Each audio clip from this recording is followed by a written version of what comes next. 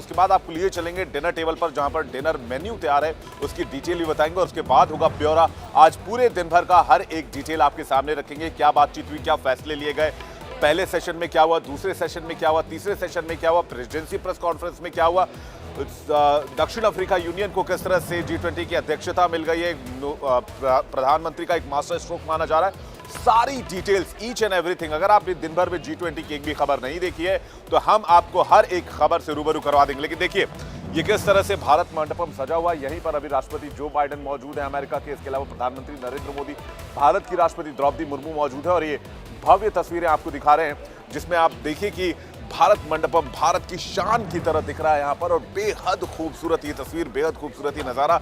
तमाम जो डेलीगेट्स हैं, तमाम डिग्निटरीज हैं यहाँ पर मौजूद हैं। अब आपको दिखाते हैं कि आज शाम में जब किस तरह से प्रधानमंत्री नरेंद्र मोदी और राष्ट्रपति द्रौपदी मुर्मू डिनर के लिए वेलकम करती नजर आए तमाम मेहमानों का। तस्वीरें देखिए, सबसे पहले जो बाइडेन की तस्वीर आपको दिखाते हैं। जो बाइडेन पहुंचे थे। आज बता दें आपको कि प्रेसिडेंट ऑफ भारत की तरफ से डिनर का आयोजन किया गया, क्योंकि जो लेटर जारी किया गया था उस लेटर में लिखा गया था dinner from president of Bharat, invitation letter के ऊपर लिखा गया था।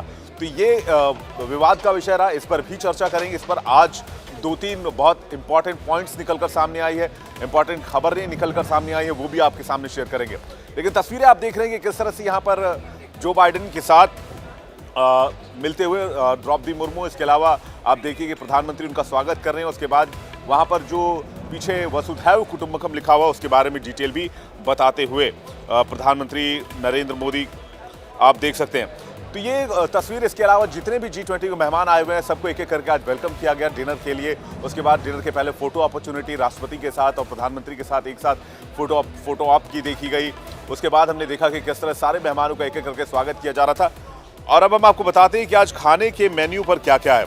तो ये स्पेशल जानकारी भी आपको दे दें, क्योंकि ये जो जानकारी है ये बहुत लोगों के पास नहीं है। तो हमने सोचा कि क्यों ना जहां अमेरिका के राष्ट्रपति बैठे हैं, जहां भारत के प्रधानमंत्री बैठे हैं, भारत की राष्ट्रपति बैठी हैं, वहां के जो डिनर टेबल है उसमें क्या क्या है वो हम आपको बता दें। तो सबसे पहले शुरुआती व्यंजन से शुरू करते हैं, जिसको आमतौर पर हम लोग अपनी बोलचाल की भाषा में स्टार्टर कहते हैं। तो स्टार्टर में पात्रम, और इसका टैगलाइन जो दिया गया वो दिया गया ताजी हवा का झोंका, दही के गोले और मसालेदार चटनी से सजे हुए हैं।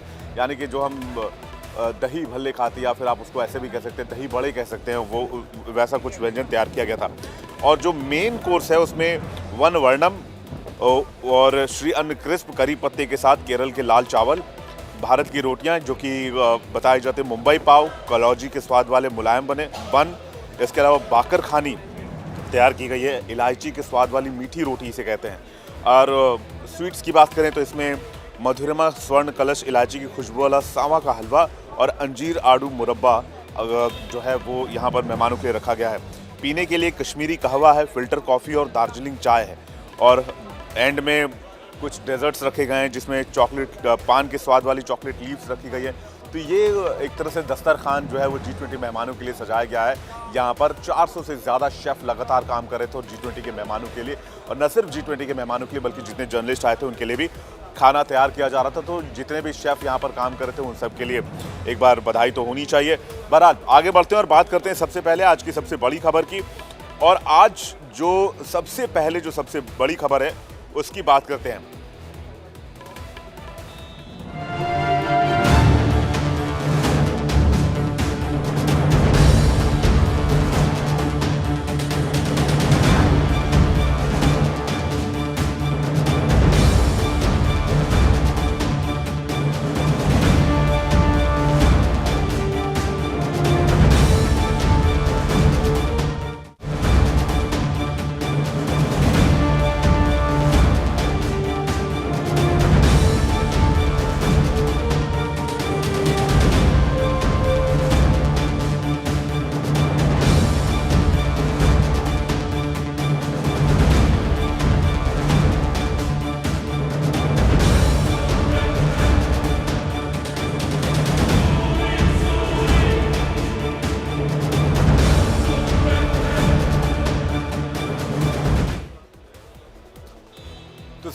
सबसे पहले बड़ी खबर की बात, पूरी दुनिया मान चुकी है कि भारत उन्हें लीड कर सकता है। पूरी दुनिया प्रधानमंत्री मोदी के लीडरशिप की तारीफ कर रही है, भारत की लीडरशिप की तारीफ कर रही है। G20 के वैश्विक मंच से पीएम मोदी ने जब दुनिया को संदेश दिया तो सबने बहुत गौर से उसे सुना और उस पर अमल भी किया। ये पीएम मोदी के कैरिज्मेटिक लीडरशिप और उनकी पर्सनालिटी का नतीजा है कि पहली बार G20 के मंच पर 40 से ज्यादा देश एक टेबल पर सामने आए। मोदी के नेतृत्व में ही दुनिया के पिछड़े देशों की आवाज वैश्विक मंच पर सुनी जाने लगी है और अफ्रीकन यूनियन अब G20 का स्थायी सदस्य हो गया। एक रिपोर्ट आपको दिखाते हैं।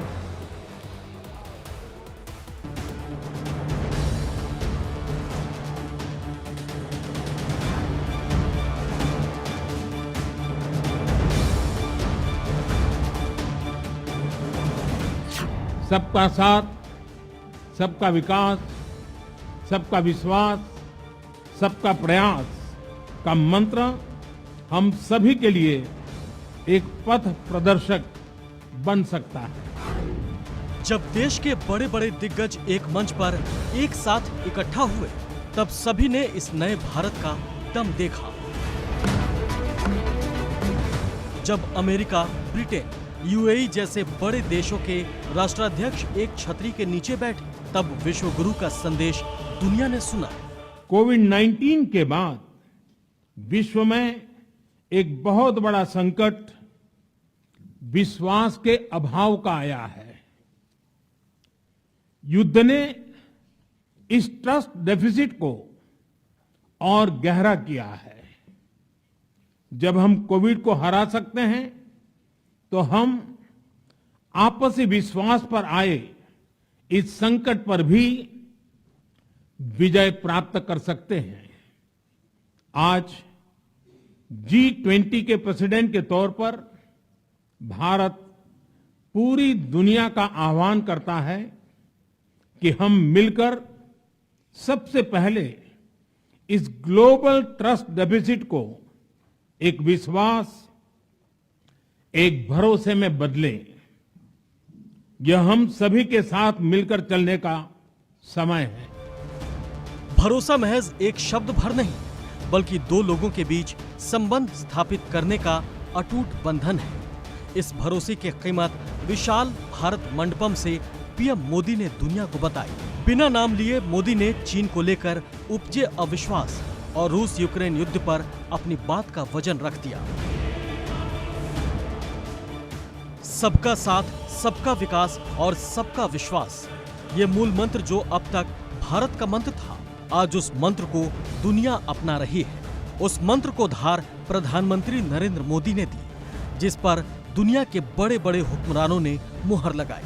सबका साथ, सबका विकास, सबका विश्वास, सबका प्रयास का मंत्र हम सभी के लिए एक पथ प्रदर्शक बन सकता है। सबको साथ लेकर चलने की बात भारत करता है। वो दुनिया को परिवार मानता है। तभी तो जब पीएम ने अपने भाषण की शुरुआत की तो सबसे पहले उन्होंने मोरक्को में आए भूकंप पर अपनी चिंता जाहिर कर दी। वैश्विक मंच से मोरक्को की मदद का ऐलान कर दिया। दुनिया इस बदलते हुए भारत को देखकर दंग थी। मोरक्को में आए भूकंप से प्रभावित लोगों के प्रति मैं अपनी हार्दिक संवेदना प्रकट करना चाहता हूं। हम प्रार्थना करते हैं कि सभी इंजर्ड लोग शीघ्र स्वस्थ हो।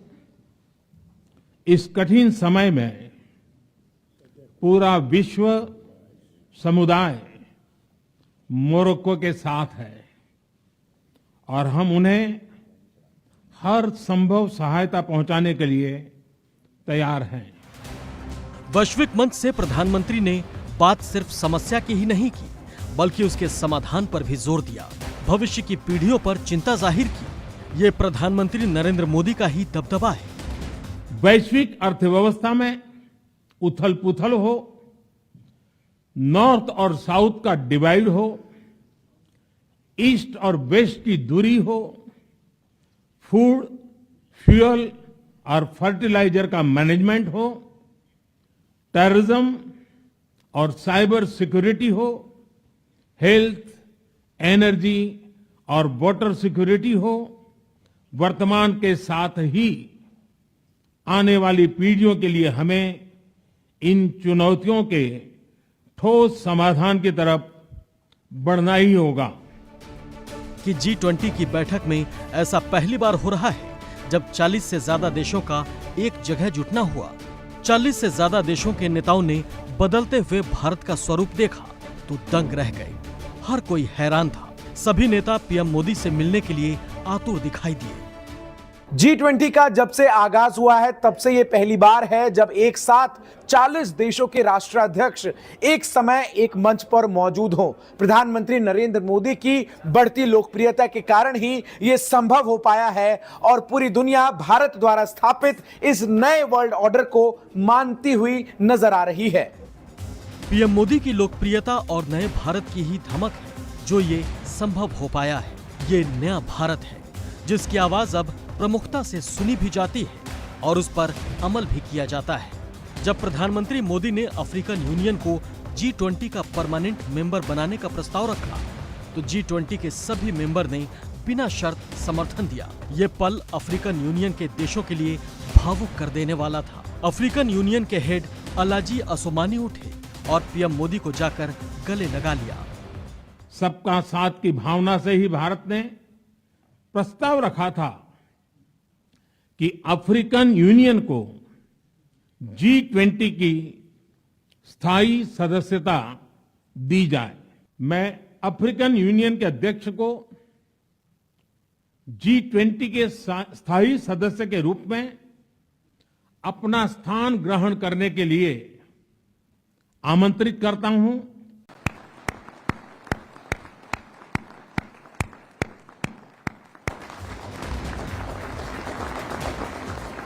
भारत मंडपम तालियों से गूंज उठा। चीन जो कि हमेशा से भारत के विरोध के सुर अलापता है वो भी इस बार विरोध न कर सका। अफ्रीकन यूनियन को G20 की मेंबरशिप मिलने से अफ्रीका के 55 देशों को इसका फायदा होगा और ये नया भारत उन देशों की आज आवाज बन गया। जैसे ही पीएम मोदी ने अफ्रीकन यूनियन को G20 का परमानेंट मेंबर बनाने का ऐलान किया तुरंत ही अफ्रीकन यूनियन के हेड अजाली असोमानी ने पीएम मोदी को गले लगा लिया। पहले जिससे अफ्रीकन यूनियन को बड़े मंचों पर नहीं सुना जाता था, आज पीएम मोदी के नेतृत्व में भारत उनकी आवाज बन रहा है। दुनिया भर की महाशक्तियों के बीच पीएम का ऐलान बताता है कि कैसे वैश्विक मंच पर भारत की धमक बढ़ती जा रही है। प्रधानमंत्री के नेतृत्व में भारत ने ग्लोबल साउथ का लीडर बनने की तरफ तेजी से कदम बढ़ा दिया है। अफ्रीकी संघ को G20 की सदस्यता दिलवाना भारत के लिए बड़ी उपलब्धि है क्योंकि इसके जरिए न सिर्फ भारत को अफ्रीकी देशों में आगे बढ़ने का मौका मिलता है बल्कि इससे अफ्रीकी देशों के बीच भारत का भरोसा भी बढ़ता है। भारत लगातार ग्लोबल साउथ की आवाज बनने की बात करता है और अफ्रीकी यूनियन को सदस्यता दिलाकर भारत उसके सच्चे मायनों में ग्लोबल साउथ का लीडर बन गया है। भारत का लक्ष्य G20 में अफ्रीकन यूनियन को शामिल करने का पहले से ही रहा है और भारत को अब देखिए अमेरिका के साथ साथ जापान का भी साथ मिला और मजबूरी में फिर चीन को भी अफ्रीकन यूनियन के समर्थन में आकर भारत की इस मुहिम का हिस्सा बनना पड़ा। अफ्रीकी यूनियन कितना महत्वपूर्ण है जरा उसे भी समझते हैं। अफ्रीकी यूनियन में 55 देश शामिल हैं। इसे अफ्रीका महादेश का सर्वोच्च समूह माना जाता है जो अपने सदस्य देशों की आवाज का प्रतिनिधित्व करता है। अफ्रीकी यूनियन उन देशों की प्रगति और आर्थिक वृद्धि को सुनिश्चित करने की दिशा में काम कर रहा है। इसे आधिकारिक तौर पर में लॉन्च किया गया था। भारत G20 में इन अफ्रीकी देशों की आवाज बना और भारत का ये फैसला उन 1.3 अरब लोगों के लिए राहत है जो अफ्रीकी यूनियन के सदस्य हैं। प्रधानमंत्री मोदी की लीडरशिप की क्षमता सिर्फ यही नहीं दिखती, ये वही भारत है जब दुनिया कोविड-19 की महामारी से जूझ रही थी तब पीएम मोदी ने दुनिया को राह दिखाई। कोरोना काल में भारत ने ही पूरी दुनिया में मिसाल कायम की। उस दौरान भारत ने ऐसा किया कि दुनिया उसे आज भी मदद की मसीहा के रूप में देखती है। उस दौरान भारत ने 150 देशों को बिना स्वार्थ मदद पहुंचाई थी। महामारी के चरम दौर में भारत ने दुनिया के 101 देशों को मुफ्त वैक्सीन दी। संयुक्त राष्ट्र की संस्थाओं को भी भारत ने 23.9 करोड़ रुपए की खुराक भेजी। वैश्विक स्तर पर उपभोग की जाने वाली वैक्सीन की 80% से ज्यादा डोज भारत में बनाई गई। इसके साथ ही अपने देशवासियों को भी वैक्सीनेशन किया गया। भारत ने दक्षिण एशियाई पड़ोसी देशों को भारतीय वैक्सीन की आपूर्ति ऐसे वक्त में की थी जब अमीर राष्ट्र वैक्सीन के विशाल भंडार दबाए बैठे थे। हालांकि इसे लेकर अमीर देशों की खासी आलोचना हुई थी। मोदी के लीडरशिप में आपदा को भी अवसर में बदल दिया गया। आज विश्व स्तर पर भारत की भूमिका को कोई नजरअंदाज नहीं कर सकता। पीएम मोदी की ही नीति का असर है। जब दुनिया रूस यूक्रेन की जंग के बीच बंट गई है, तब भारत ने गुटनिरपेक्ष को चुना, उसने बुद्ध को चुना, दुनिया को शांति का पाठ पढ़ाया। दुनिया को उम्मीद भारत से ही थी। उसे पता था कि इसका अंत भारत की एक अपील ही कर सकती है। अमेरिका ने कहा कि पीएम मोदी ही पुतिन से बात कर इस युद्ध को बंद करवा सकते हैं। G20 में शामिल होने आए ब्रिटेन के पीएम ऋषि सुनक भी मोदी से अपील करने को कहा। डेनमार्क की प्रधानमंत्री मेट्टे फ्रेडेरिक्सेन ने उम्मीद जताई कि भारत युद्ध को समाप्त करने के लिए रूस पर अपने प्रभाव का इस्तेमाल करेगा। पीएम मोदी की लीडरशिप को दुनिया कबूल कर रही है। प्रधानमंत्री ने पुतिन से बात की और साफ कहा कि हम शांति के रास्ते पर बढ़ सकते हैं। बातचीत से हर मसले का हल हो सकता है। जिसके जवाब में रूस के राष्ट्रपति व्लादिमीर पुतिन ने लिखा कि यूक्रेन पर अपनी चिंताओं से वाकिफ हूँ। हम चाहते हैं कि ये जल्द ही खत्म हो। वहाँ आगे जो कुछ भी होगा इसकी जानकारी आपको देते रहेंगे। पीएम की इस लीडरशिप के मुरीद पूर्व प्रधानमंत्री डॉक्टर मनमोहन सिंह भी हुए। उन्होंने भी रूस यूक्रेन युद्ध में भारत के रुख को उचित ठहराया। एक इंटरव्यू में पूर्व प्रधानमंत्री ने कहा कि यूक्रेन रूस युद्ध के मद्देनजर नई विश्व व्यवस्था को संचालित करने में भारत की महत्वपूर्ण भूमिका है। भारत ने शांति की अपील करते हुए अपनी संप्रभुता और आर्थिक हितों को प्राथमिकता देकर सही काम किया है। मनमोहन सिंह ने G20 पर भारत की अध्यक्षता पर खुशी भी जताई। उन्होंने कहा कि मुझे बहुत खुशी है कि G20 की अध्यक्षता भारत को मिली है और ये मेरे जीवन काल में हो रहा है। विदेश नीति भारत के शासन ढांचे का एक अहम हिस्सा रहा है। मोदी की लीडरशिप की मुरीद दुनिया है। आज जब वैश्विक मंच के नेता राजधानी दिल्ली में मौजूद हैं, तब दुनिया ये जान रही है कि भारत ही उन्हें आगे की राह दिखा सकता है और ये भी मान रही है कि भारत ही अब भविष्य तय करेगा। भारत में G20 समिट का शानदार आगाज हुआ है। G20 समिट का आज पहला दिन और कल दूसरा दिन था G20 समिट का। लेकिन इस बीच यहां पर जो तस्वीरें देखने को मिले, जिस तरह के फैसले भारत ने लिए, वो कूटनीतिक लिहाज से काफी अहम माने जा रहे हैं। आज जब अफ्रीकन यूनियन को G20 देशों के स्थायी सदस्य बनाने का फैसला प्रधानमंत्री नरेंद्र मोदी की तरफ से लिया, तो उसमें चीनी प्रधानमंत्री ली कीयांग को भी अपनी सहमति जतानी पड़ी। एक तरफ अब अफ्रीकन यूनियन G20 का स्थायी सदस्य बन गया है। कूटनीतिक क्षेत्र में मोदी का इसे मास्टर स्ट्रोक माना जा रहा है, तो वहीं दूसरी तरफ यह फैसला चीन के लिहाज से कितना मुश्किल भरा है, चीन के लिए कैसे बहुत बड़ा झटका है और G20 में अफ्रीकन यूनियन के आ जाने से चीन को कितना बड़ा नुकसान होने वाला है। आइए एक रिपोर्ट आपको दिखाते हैं।